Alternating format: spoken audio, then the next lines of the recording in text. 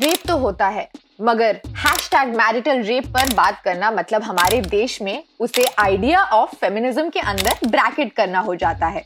In a nation जहां करवा चौथ is cute and Jamai Shashthi the regressive Bengali custom जिसमें mother in laws in Bengal treat the son in law to a king's feast and gift him expensive bullshit हमारे socio religious cultural fabric को stitch करता है, जहां पतिव्रता, सती सावित्री और behind every successful man there must be a woman जैसे sweeping character certificates औरतें प्राउडली फ्लॉन्ट करती हैं, वहां आज हम मैरिटल रेप पर बात करेंगे।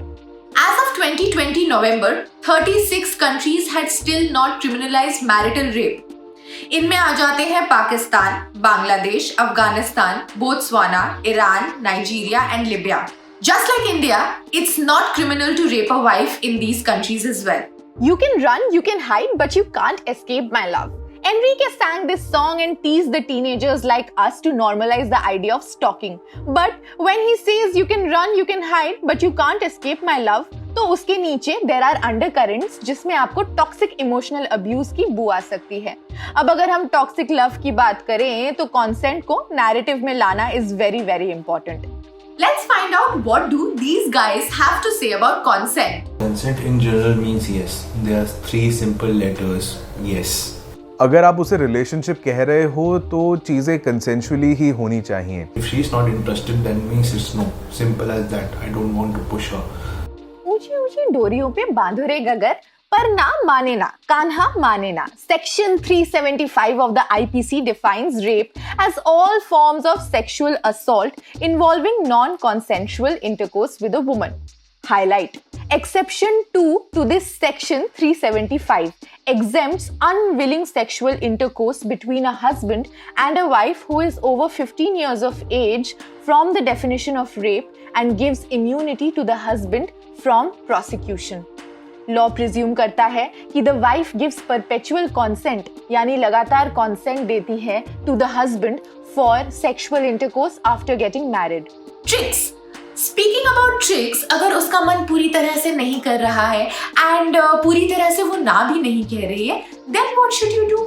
दूसरे पार्टनर की ये जिम्मेदारी बनती है कि चीज़ों को आगे ना लेके जाए, फोर्स ना करें। इमोशनल फोर्स बहुत लोग करने की कोशिश, आई थिंक फोर्स तो मैंने तो ऐसे किस्से सुने जहाँ पे फिजिकल फोर्स की भी लोगों ने मतलब कोशिश की है। If there is a need to push, then there is something wrong in that, right?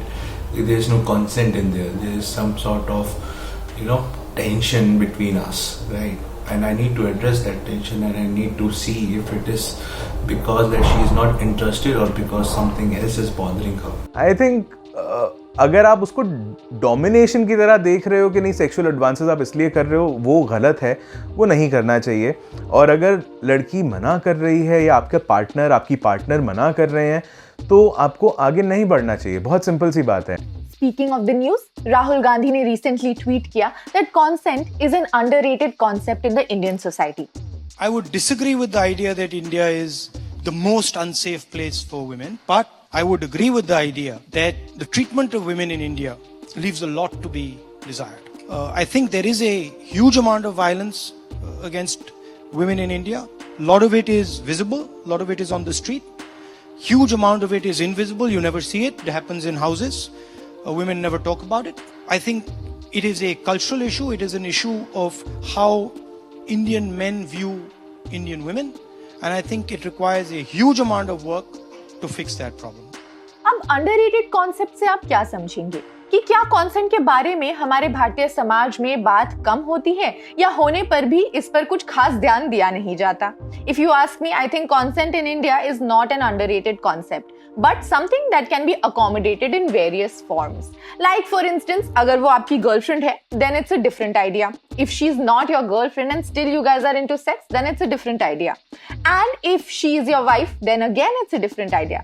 And if at all you pay for the sex you are having, then oh god, it's such a problematic idea. Now, if we stick to marriages, then it's like love in the times of cholera, rape in the times of institutions. By institution, I mean marriages. Marital rape की जगह अगर इसे institutionalised rape घोषित करें तो मुद्दा थोड़ा गंभीर लगता है. In a married life, sex is reflection of the intimacy of the spouse, declared the Kerala High Court. Delhi High Court says marital rape exemption requires serious consideration. I mean, it's clear that marital rape तभी होता है जब पति is under the notion कि उसकी wife की body वो उसको ओ करती है. नहीं, वो ओ नहीं करती है. You are not the malik of the body. You know, that's what stresses me when I said if you pay for the sex, then the idea of consent becomes very different. And still, let me tell you, जैसे आप पैसे दे रहे हैं, वैसे ही she is working for it. So, if there is non-consent in even that, you must withdraw, my friend.